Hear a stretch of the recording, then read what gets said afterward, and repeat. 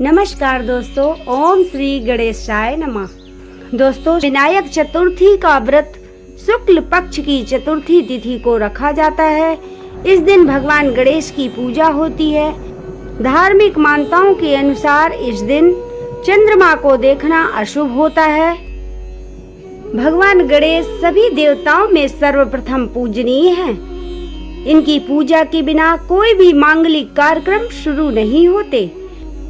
धार्मिक मान्यताओं के अनुसार इस कठिन व्रत का पालन करने पर बड़ी से बड़ी परेशानी को आसानी से हल किया जा सकता है।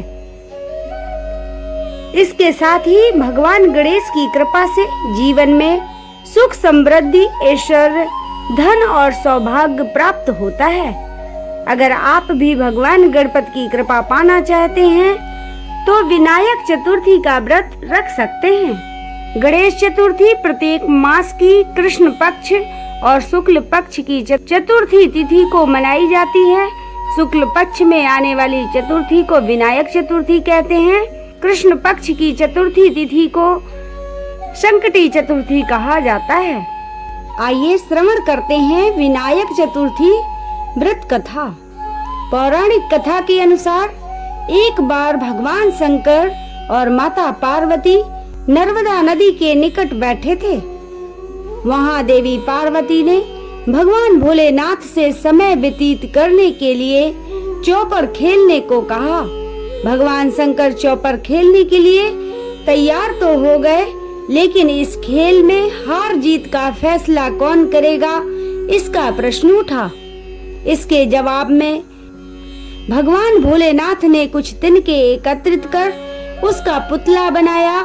उस पुतले की प्राण प्रतिष्ठा कर दी और पुतले से कहा कि बेटा, हम चौपड़ खेलना चाहते हैं, परंतु हमारी हार जीत का फैसला करने वाला कोई नहीं है। इसलिए तुम बताना कि हम में से कौन हारा और कौन जीता। यह कहने के बाद चौपड़ का खेल शुरू हो गया। खेल 3 बार खेला गया और संयोग से तीनों बार माता पार्वती जीत गईं। खेल के समाप्त होने पर बालक से हार जीत का फैसला करने के लिए कहा गया तो बालक ने महादेव को विजयी बताया। यह सुनकर माता पार्वती क्रोधित हो गई और उन्होंने क्रोध में आकर बालक को लंगड़ा होने और कीचड़ में पड़े रहने का श्राप दे दिया। बालक ने माता से माफी मांगी और कहा कि मुझसे अज्ञानता वश ऐसा हुआ है, मैंने किसी द्वेष में ऐसा नहीं किया।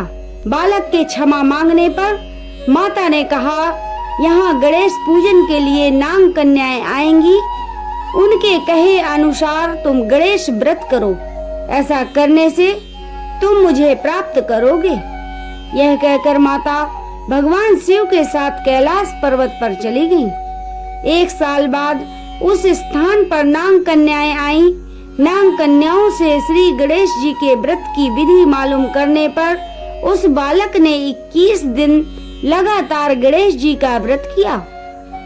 उसकी श्रद्धा देखकर गणेश जी प्रसन्न हो गए और श्री गणेश ने बालक को मनवांछित फल मांगने के लिए कहा।